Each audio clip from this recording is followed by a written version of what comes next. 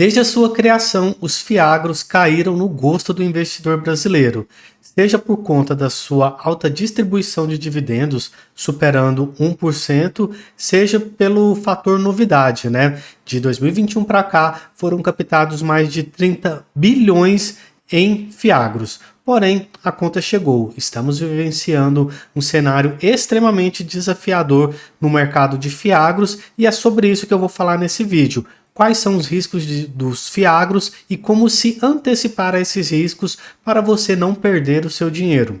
Olá a todos, se você ainda não me conhece, meu nome é Vitor Faustino, convido a todos aqueles que ainda não são inscritos que se inscrevam, deixem um like e fiquem à vontade na seção dos comentários. Dando uma resumida, o que seriam os fiagros? Suponha que tenha uma grande fazenda que produz soja. Fazenda Soja Aparecida de Goiânia, por exemplo, o nome da fazenda.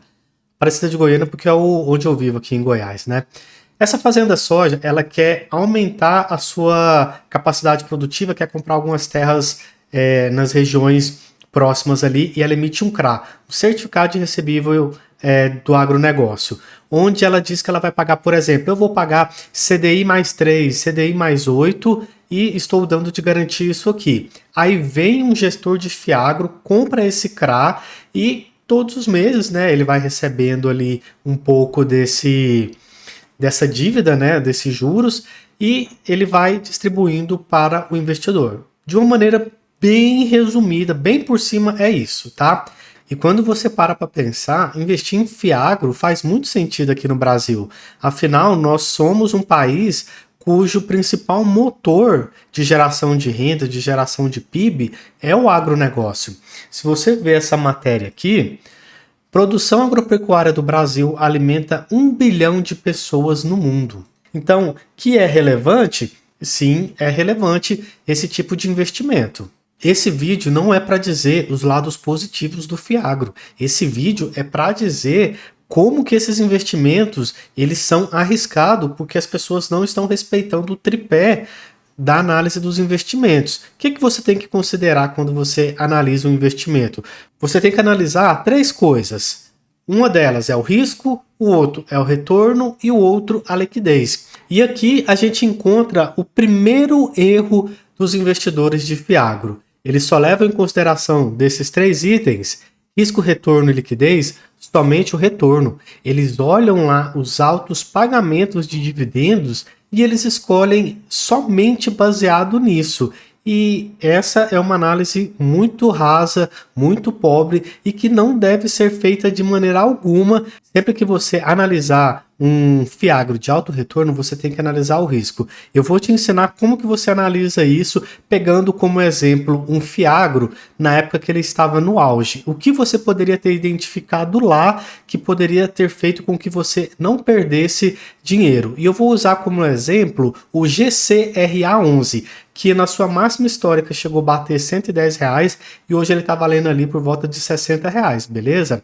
Outra coisa que está impactando demais atualmente até os bons fiagros no mercado é a questão das commodities. Se você analisar essa matéria aqui do Poder 360, queda no preço da soja reacende medo de quebras no campo.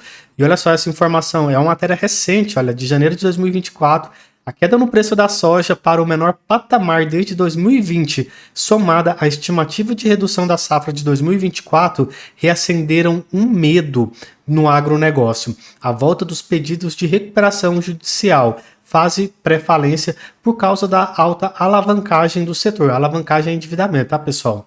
O preço da tonelada da soja na Bolsa de Chicago, cotação referencial da commodity, é o mais baixo desde 2021. E outra coisa que deve se levar em consideração é a questão climática, né? A laninha. Por exemplo, nessa matéria aqui, eles falam, entenda como o fenômeno da laninha pode afetar a safra de cana-de-açúcar e encarecer o etanol no Brasil. E aqui, de acordo com uma projeção divulgada pela consultoria agrícola DataAgro, a quantidade de cana-de-açúcar processada pelas usinas da região centro-sul do Brasil deve sofrer uma queda de 9,8% durante a safra de 2024 e 2025.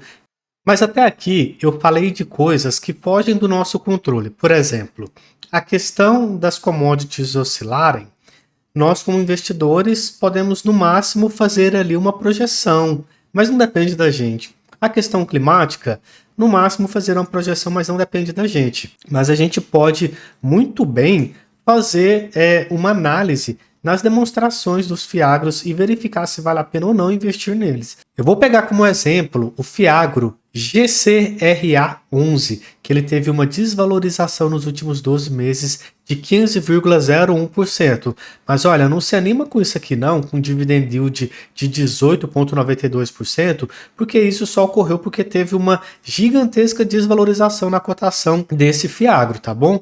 Então, esse fiagro, ele foi um dos fiagros que mais saíram na mídia e que teve problema recentemente, tá bom? Qual que foi o problema dele? O problema dele foi inadimplência. E como que você poderia pegar esse tipo de inadimplência? Vamos lá, pessoal.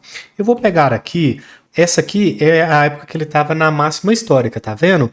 Período julho de 2023. Vou colocar aqui a cotação padrão que estava na época. Ó, julho de 2023 ele estava valendo ali R$96, tá bom? R$96 a cotação dele sem descontar os dividendos. Beleza. Era ali o tanto que ele valia lá, R$96. Analisando aqui a demonstração dela, a gente tem aqui algumas coisas para analisar. Esse aqui é o relatório do mesmo período quando ele estava na máxima histórica, junho de 2023. E a gente analisando aqui, vamos colocar aqui primeira coisa, inadimplência. Quando a gente coloca aqui inadimplência, ele não traz muitas coisas, né? Por exemplo, aqui, portfólio, aí ele fala desse cara aqui, né? A carteira de clientes cedida fiduciariamente à operação foi auditada pela KPMG e apresentou indicadores de crédito sólidos, como, por exemplo, inadimplência acima de 180 dias, abaixo de 3%. Aqui ele fala de política de investimento.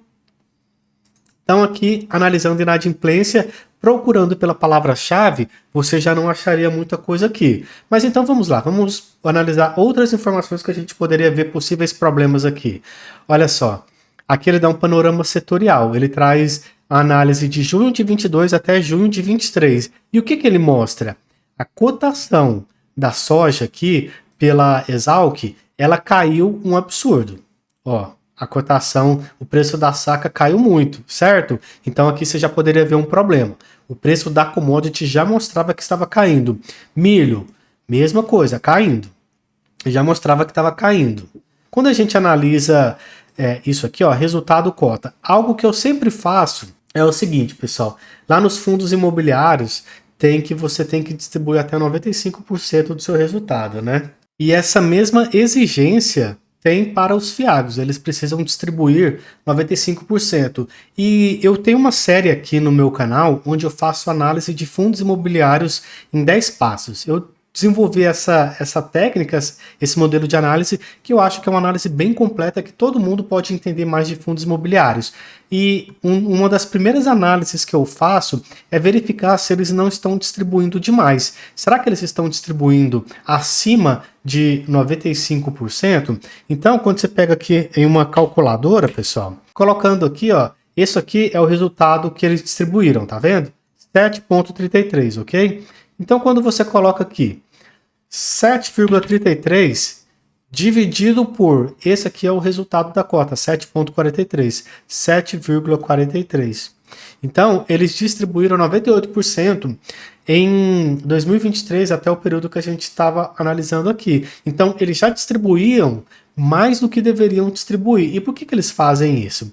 Eles querem, os investidores, eles querem um dividend yield alto, porque dividend yield alto chama a sardinhada fica atiçada e investe nessas bombas aqui, pessoal. É isso que eles querem. Então, aqui a gente já tem o primeiro problema nesse fiagro aqui que você poderia ter detectado lá atrás, antes dessa bomba aqui explodir, tá bom?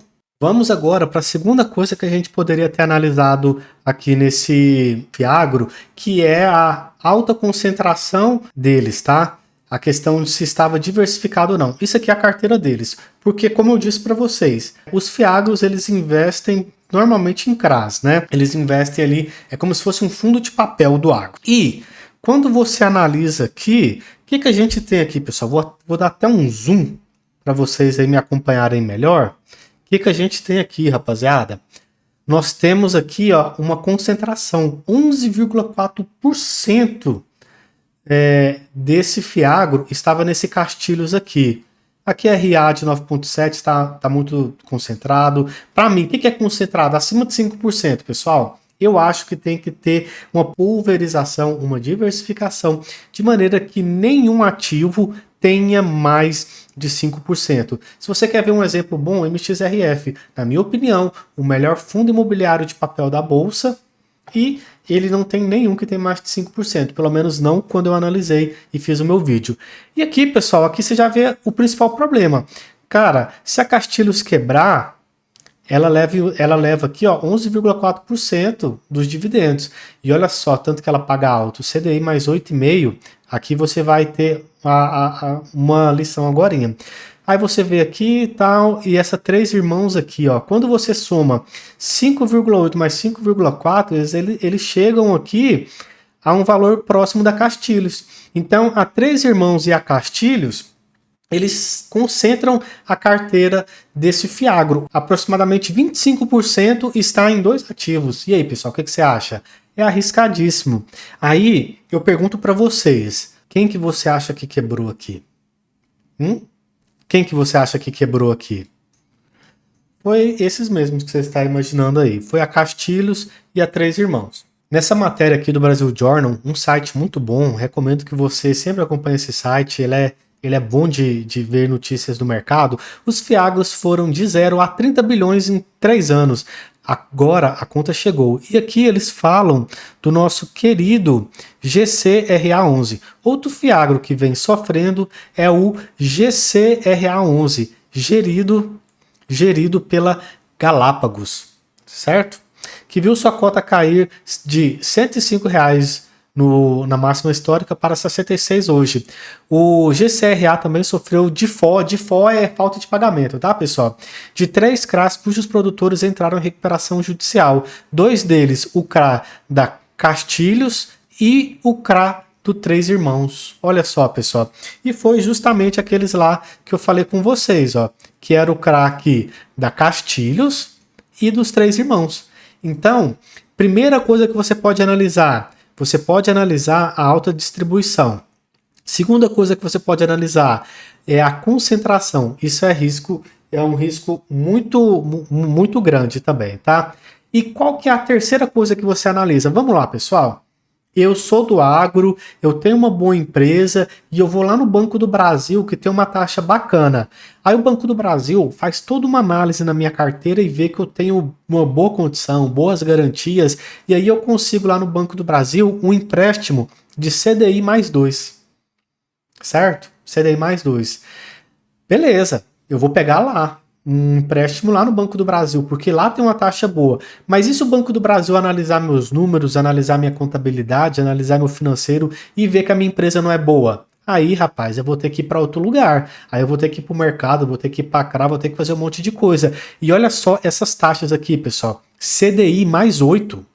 Esse aqui quebrou, o do CDI mais 8, mas o de baixo, o CDI mais 5 não quebrou. Por que esse aqui quebrou? Taxas muito altas. Normalmente, taxas altas mostram perigos, mostram problemas. O melhor caminho que você poderia fazer assim, se você quer ser muito cri-cri, é pegar as demonstrações financeiras do emissor desse CRA aqui e analisar as demonstrações financeiras deles, tá?